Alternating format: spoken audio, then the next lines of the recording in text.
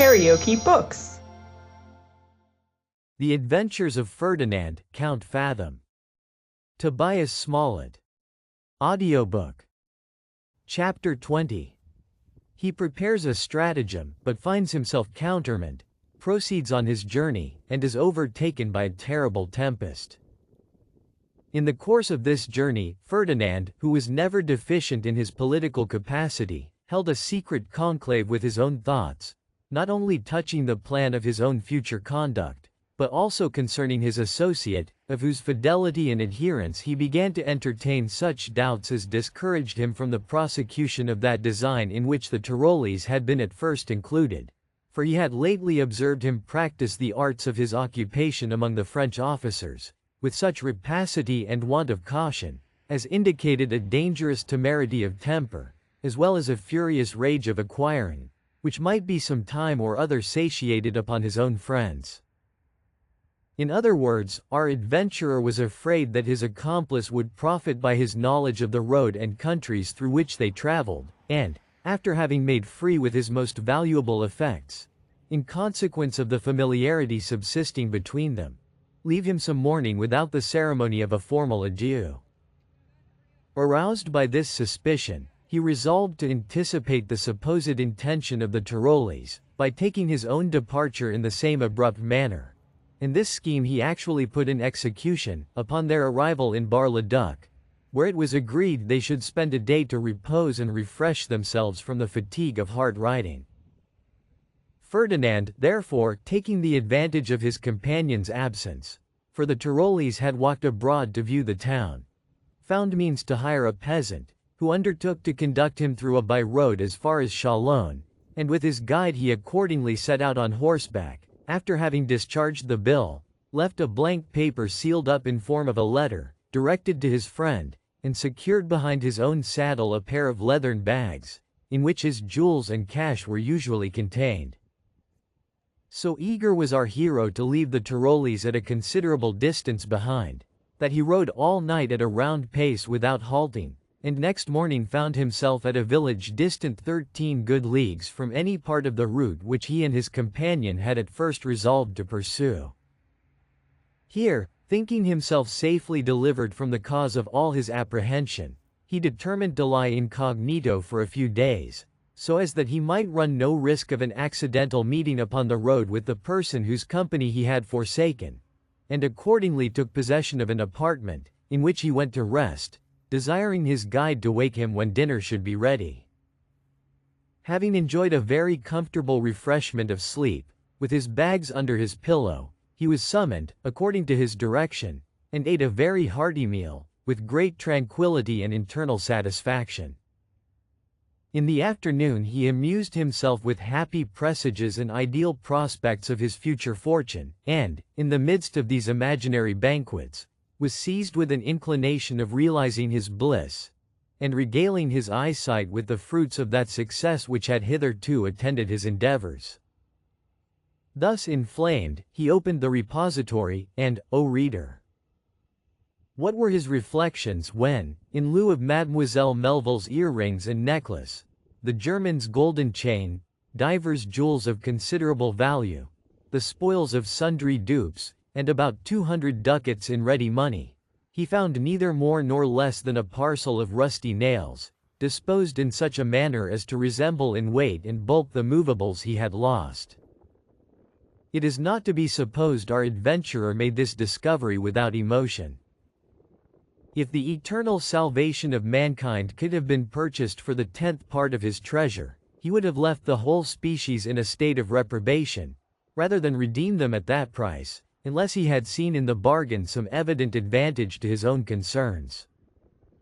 One may, therefore, easily conceive with what milkiness of resignation he bore the loss of the whole, and saw himself reduced from such affluence to the necessity of depending upon about 20 ducats, and some loose silver, which he carried in his pocket, for his expense upon the road. However bitter this pill might be in swallowing, he so far mastered his mortification, as to digest it with a good grace. His own penetration at once pointed out the canal through which this misfortune had flowed upon him, He forthwith placed the calamity to the account of the Tyrolees, and never doubting that he had retired with the booty across the Rhine, into some place to which he knew Fathom would not follow his footsteps, he formed the melancholy resolution of pursuing with all dispatch his journey to Paris, that he might, with all convenient expedition, indemnify himself for the discomfiture he had sustained. With regard to his confederate, his conjecture was perfectly right. That adventurer, though infinitely inferior to our hero in point of genius and invention, had manifestly the advantage of him in the articles of age and experience. He was no stranger to Fathom's qualifications, the happy exertion of which he had often seen. He knew him to be an economist of the most frugal order, consequently concluded his finances were worthy of examination,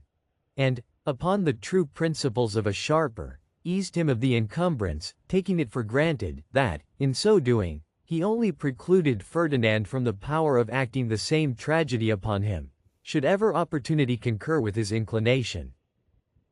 He had therefore concerted his measures with the dexterity of an experienced conveyancer, and, snatching the occasion, while our hero, travel-tainted, lay sunk in the arms of profound repose, he ripped up the seams of the leather depository, withdrew the contents, introduced the parcel of nails, which he had made up for the purpose, and then repaired the breach with great deliberation. Had Fathom's good genius prompted him to examine his effects next morning, the Tyrolees, in all probability, would have maintained his acquisition by force of arms. For his personal courage was rather more determined than that of our adventurer, and he was conscious of his own ascendancy in this particular. But his good fortune prevented such explanation. Immediately after dinner, he availed himself of his knowledge, and, betaking himself to a remote part of the town, set out in a post-chaise for Luneville, while our hero was meditating his own escape. Fathom's conception was sufficient to comprehend the whole of this adventure, as soon as his chagrin would give his sagacity fair play. Nor would he allow his resolution to sink under the trial. On the contrary, he departed from the village that same afternoon, under the auspices of his conductor, and found himself benighted in the midst of a forest, far from the habitations of men. The darkness of the night, the silence and solitude of the place, the indistinct images of the trees that appeared on every side, stretching their extravagant arms athwart the gloom, conspired, with the dejection of spirits occasioned by his loss, to disturb his fancy, and raise strange phantoms in his imagination. Although he was not naturally superstitious, his mind began to be invaded with an awful horror, that gradually prevailed over all the consolations of reason and philosophy. Nor was his heart free from the terrors of assassination. In order to dissipate these disagreeable reveries, he had recourse to the conversation of his guide, by whom he was entertained with the history of divers travelers who had been robbed and murdered by ruffians, whose retreat was in the recesses of that very wood. In the midst of this communication, which did not at all tend to the elevation of our hero's spirits, the conductor made an excuse for dropping behind, while our traveler jogged on in expectation of being joined again by him in a few minutes. He was, however, disappointed in that hope. The sound of the other horse's feet by degrees grew more and more faint, and at last altogether died away. Alarmed at this circumstance, Fathom halted in the middle of the road, and listened with the most fearful attention. But his sense of hearing was saluted with naught but the dismal sighings of the trees, that seemed to foretell an approaching storm. Accordingly, the heavens contracted a more dreary aspect, the lightning began to gleam, and the thunder to roll, and the tempest, raising its voice to a tremendous roar, descended in a torrent of rain. In this emergency, the fortitude of our hero was almost quite overcome. So many concurring circumstances of danger and distress might have appalled the most undaunted breast. What impression then must they have made upon the mind of Ferdinand, who was by no means a man to set fear at defiance?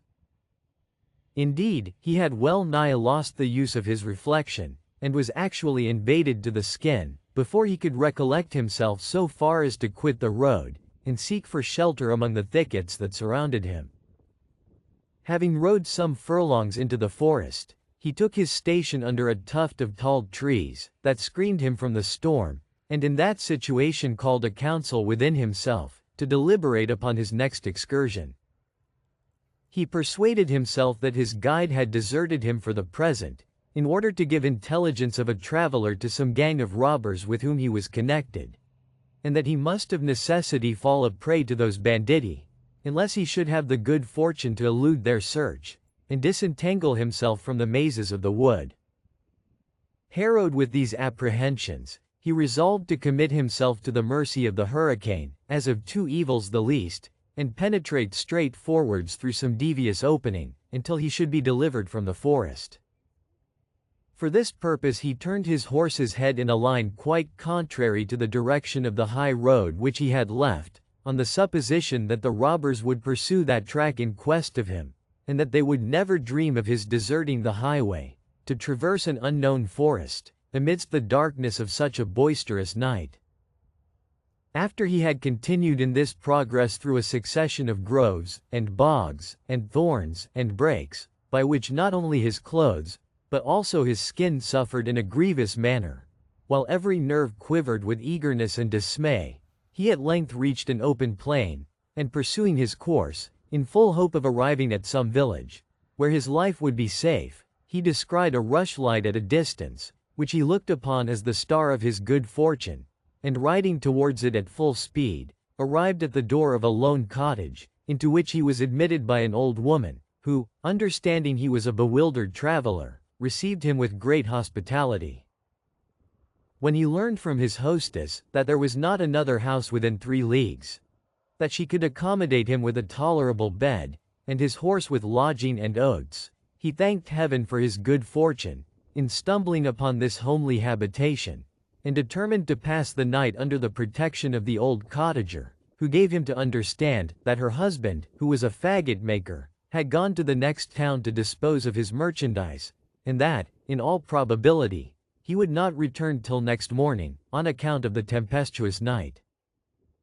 Ferdinand sounded the beldam with 1,000 artful interrogations, and she answered with such appearance of truth and simplicity, that he concluded his person was quite secure, and, after having been regaled with a dish of eggs and bacon, desired she would conduct him into the chamber where she proposed he should take his repose.